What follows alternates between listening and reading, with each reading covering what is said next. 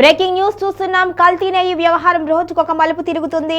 AP ముఖ్యమంత్రి చంద్రబాబు నాయుడు ఏకసభ్య కమిటీని వేసేందుకు సిద్ధమైనట్లుగా ప్రకటించారు. అయితే దీని మీద వైసీపీ తీవ్ర అభ్యంతరం వ్యక్తం చేసింది. ఇక జగన్ కోర్టును ఆశ్రయించే అవకాశం ఉన్నట్లుగా కూడా వైసీపీ శ్రేణులు చెబుతున్నారు. తిరుమల లడ్డూ తయారీలో నెయ్యి కల్తీ వ్యవహారం మరోసారి రాజకీయంగా మంటలు రేపుతోంది. ఈ అంశంపై సీఎం చంద్రబాబు నాయుడు తీవ్ర వ్యాఖ్యలు చేశారు.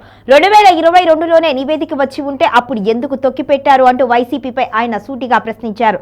నెయ్యి కల్తీపై వచ్చిన ఏ నివేదిక కూడా వైసీపీకి క్లీన్ చిట్ ఇవ్వలేదు అని చంద్రబాబు నాయుడు స్పష్టం చేశారు. ఈ వ్యవహారం కేవలం డబ్బుల కోసమే కాదు, హిందూ ధర్మంపై జరిగిన కుట్రగా ఆయన అభివర్ణించారు. దేవాలయాల పవిత్రతను దెబ్బతీసేలా జరిగిన ఈ ఘటనను తేల్చాల్సిందేనని సీఎం స్పష్టం చేశారు. ఇక సిట్ నివేదిక ఆధారంగా ఈ వ్యవహారంపై మరింత స్పష్టత కోసం ఏకసభ్య కమిటీని ఏర్పాటు చేయనున్నట్లుగా ప్రభుత్వం ప్రకటించింది. సిట్ నివేదిక, ఛార్జ్ షీట్, ఇతర నివేదికల్లో ఉన్న తేడాలను అధ్యయనం చేసి వాస్తవాలను బయటకు తీసుకురావడమే ఈ కమిటీ లక్ష్యము అని ప్రభుత్వం పేర్కొంది. అయితే ఈ నిర్ణయంపై వైసీపీ తీవ్ర అభ్యంతరం వ్యక్తం చేసింది. చంద్రబాబు తనను తాను సమర్థించుకునేందుకు ఏకసభ్య కమిటీ ఏర్పాటు చేస్తున్నారు అని వైసీపీ అధినేత జగన్ ఆరోపించారు. ఏకసభ్య కమిటీ నెయ్యి కల్తీ వ్యవహారంలో ఏం తేలుస్తుందో చెప్పాలి అని ప్రశ్నించారు.